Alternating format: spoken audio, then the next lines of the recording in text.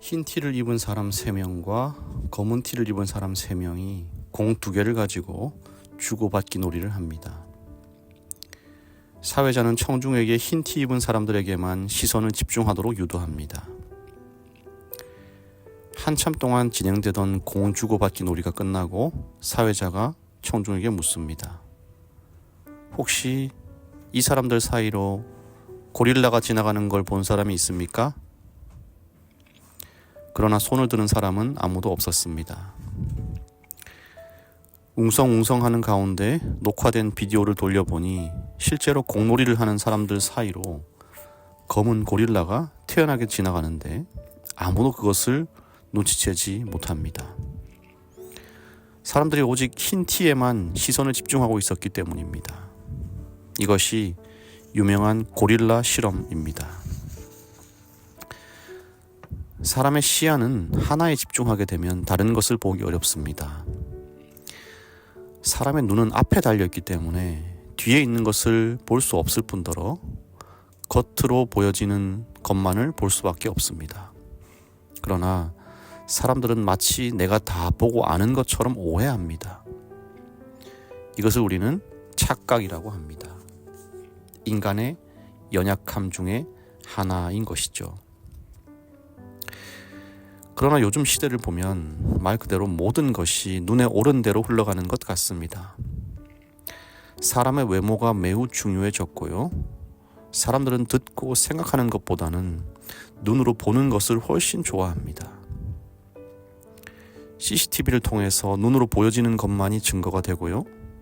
결혼과 취업, 대학 입학에 있어서도 눈에 보이는 수치와 결과물, 스펙이 중요한 시대가 되었습니다. 심지어 삼육학교에 진학하기 위해서도 신앙생활에 대한 수치와 통계가 있어야 합니다. 그 사람의 동기나 의도, 그 사람이 어떤 마음과 생각을 가졌는가에는 큰 관심이 없습니다.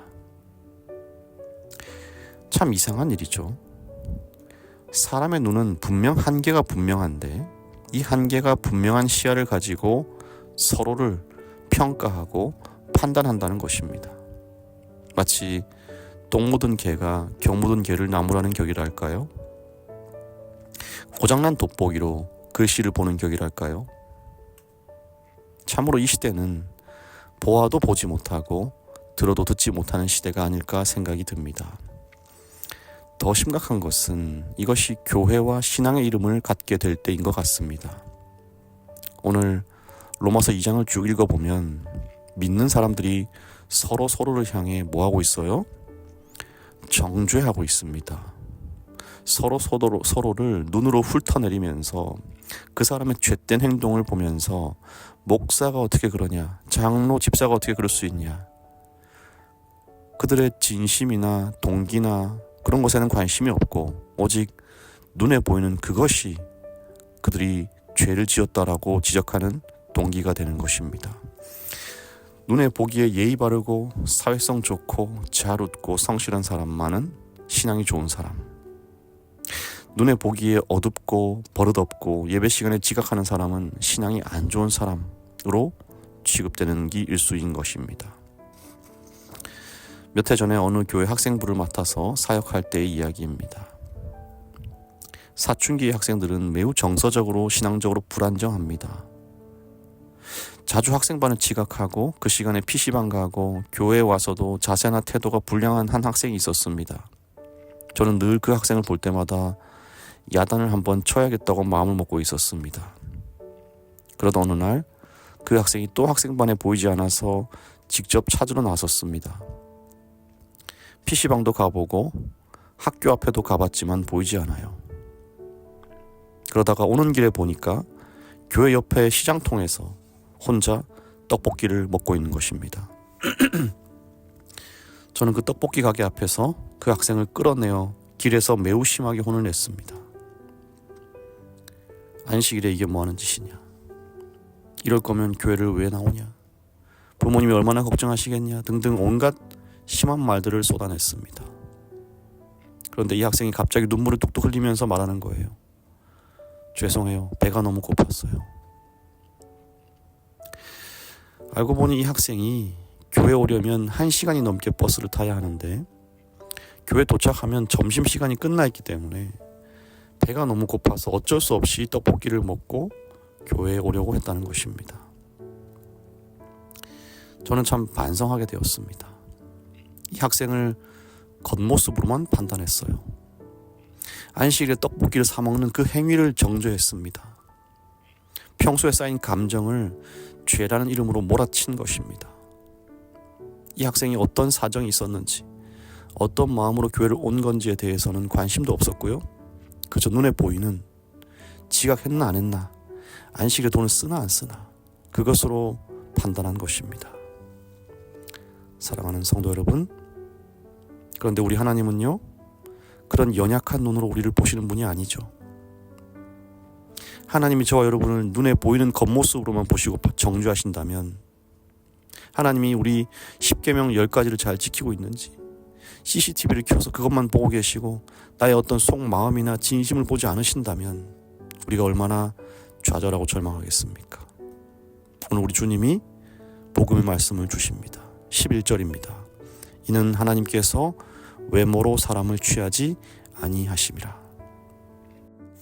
눈에 보이는 그것으로, 그 행위로, 그 차림으로 우리를 심판하지 않으십니다. 우리 속에 있는 것, 우리 중심에 있는 것, 우리가 걷고 있는 방향성을 우리 주님이 보시는 것입니다. 28절 29절 무릇 표면적 유대인이 유대인이 아니요 표면적 할례가 할례가 아니니라. 오직 이면적 유대인이 유대인이며 할례는 마음에 할지니 영에 있고 율법 조문에 있지 아니한 것이라. 그 칭찬이 사람에게서가 아니요 다만 하나님에게서니라. 우리는 여태 겉으로 보이는 그 사람의 모습이 진실되어야 한다고 생각해 왔어요. 나에게 친절한 사람, 지각하지 않는 사람, 설교 노트를 쓰는 사람, 새벽기도 참여하는 사람, 단정한 복장으로 헌금을 성실히 내는 그 사람이 진짜 유대인이고 진짜 할례 받은 사람인 줄 알았어요. 그러나 정말 죄송하게도 하나님은 눈에 보이는 그것에는 그렇게 큰 관심이 없으십니다. 오직 이면적 유대인, 내 속에 있는 그것으로 나를 판단하시는 것입니다.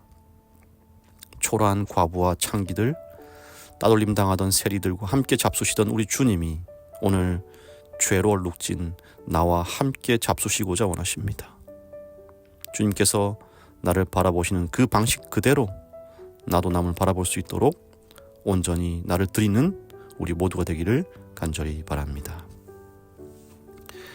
사람의 겉모습을 보지 않으시고 진심을 보시는 하나님, 우리의 초라한 본성을 어떻게든 감추려고 포장하고 합리화해왔던 지난 날들을 회개합니다. 주님이 베풀어 주신 은혜와 용서에 힘입어서 다시금 주님 앞에 나와 엎드리오니 주님 받아주시고 푸른 초장으로 우리를 인도하여 주시옵소서. 주님, 김강호 어린이와 함께하여 주시옵소서. 새로운 한 해, 이제 더욱 성숙한 주의 어린이로 건강하고 밝게 한 해를 보내게 하여 주시고, 무엇보다 친구 사랑하기를 죽게 하듯 하는 선한 어린이로 자라나게 하여 주시옵소서. 예수님의 이름으로 기도합니다. 아멘.